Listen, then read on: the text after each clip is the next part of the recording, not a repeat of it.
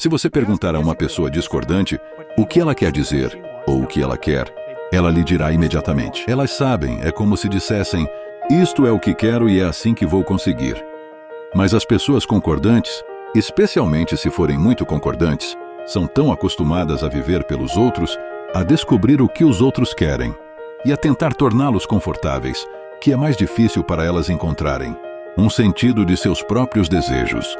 À medida que avançam pela vida, há situações em que isso é vantajoso, mas certamente não é vantajoso. Se você está tentando forjar uma carreira para si, isso simplesmente não funciona. E, embora, em média, homens e mulheres não sejam tão diferentes em níveis de concordância pelo grupo, se você olhar os extremos, eles são muito diferentes. Todos os indivíduos mais concordantes são mulheres e todos os mais discordantes são homens. E o fato é que os extremos são frequentemente o que importa, em vez do que está no meio. E isso se reflete na sociedade, aliás, há muito mais homens na prisão. E o melhor preditor de personalidade para estar na prisão é ser baixo em concordância. Isso te torna contundente. Agora você pode pensar, bem, qual é o oposto de compaixão e cortesia? Acho que é melhor concebido como um jogo de troca. Digamos que vamos jogar jogos repetidos. Se você é muito concordante, vai negociar mais em meu nome do que no seu próprio. Enquanto se você é muito discordante, vai fazer o inverso. Vai pensar: estou neste jogo de troca por mim.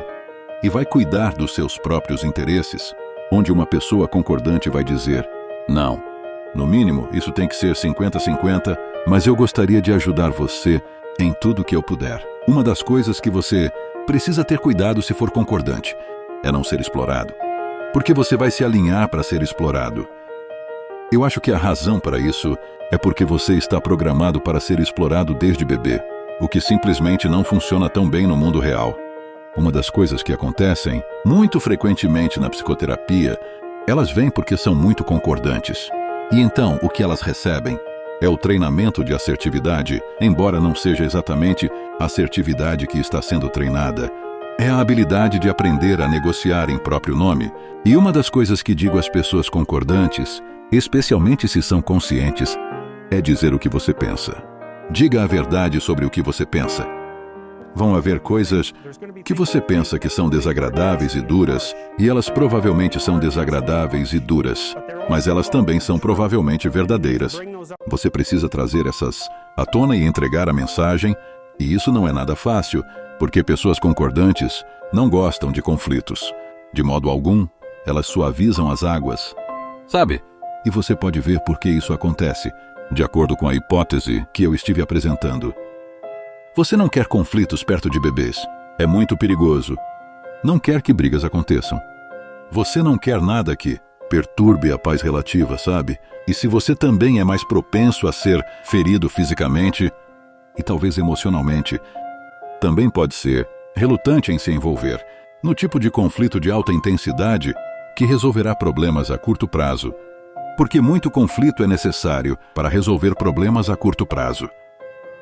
E, sabe, isso pode escalar até onde é perigoso. O que pode, se ficar descontrolado, pode ser mais seguro, a curto prazo, manter as águas tranquilas e não mergulhar naquelas situações onde o conflito emerge. O problema com isso é que não é uma estratégia muito boa a médio e longo prazo, certo? Porque muitas vezes há coisas que você precisa falar, porque elas não vão desaparecer.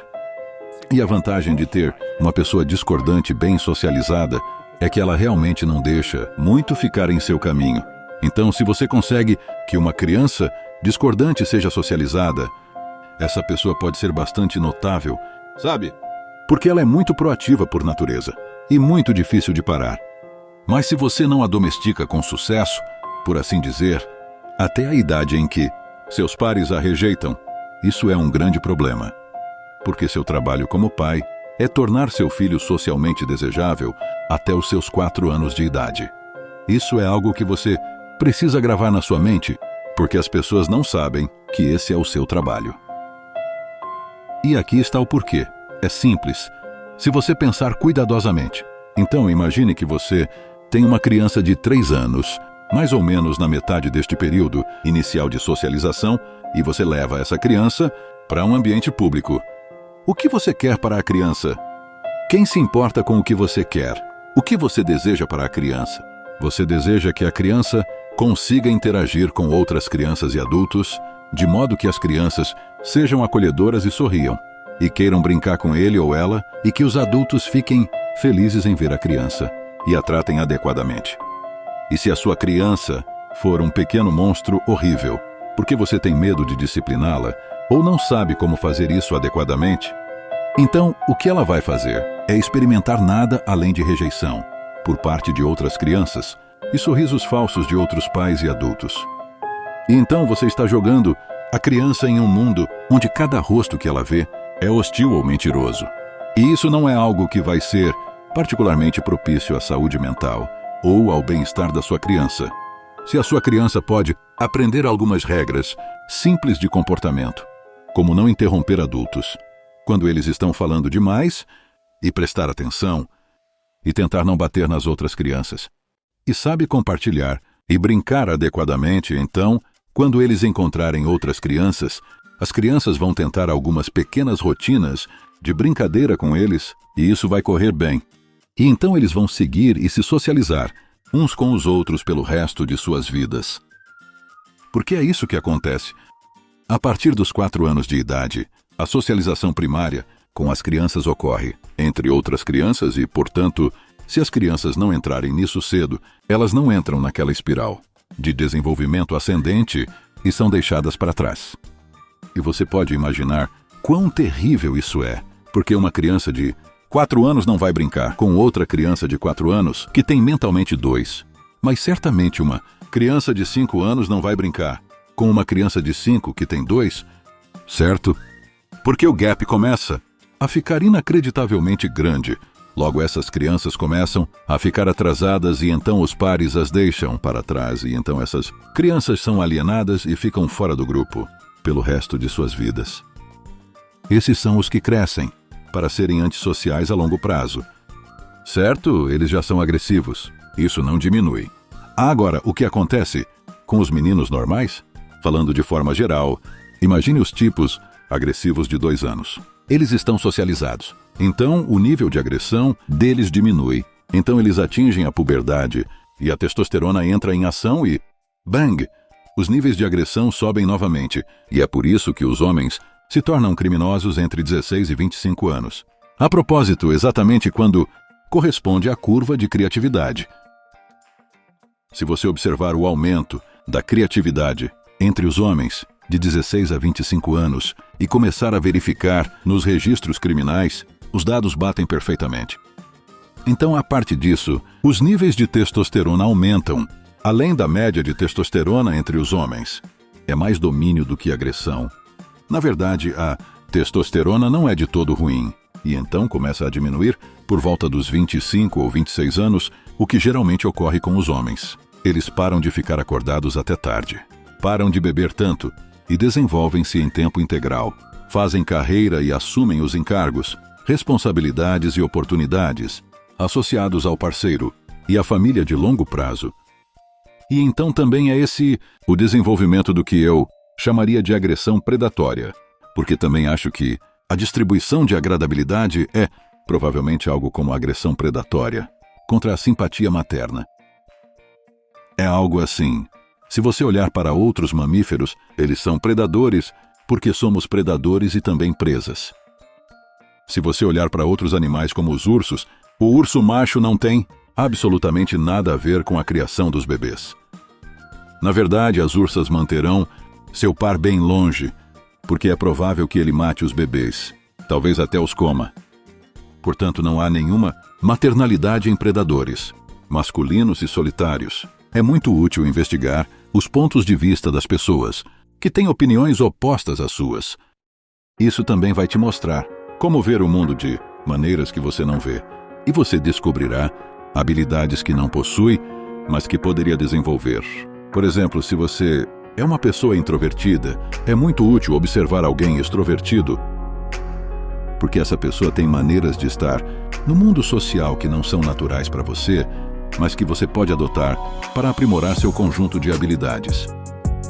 E se você é uma pessoa de difícil convívio, uma das melhores coisas a fazer especialmente se isso está te afastando das outras pessoas.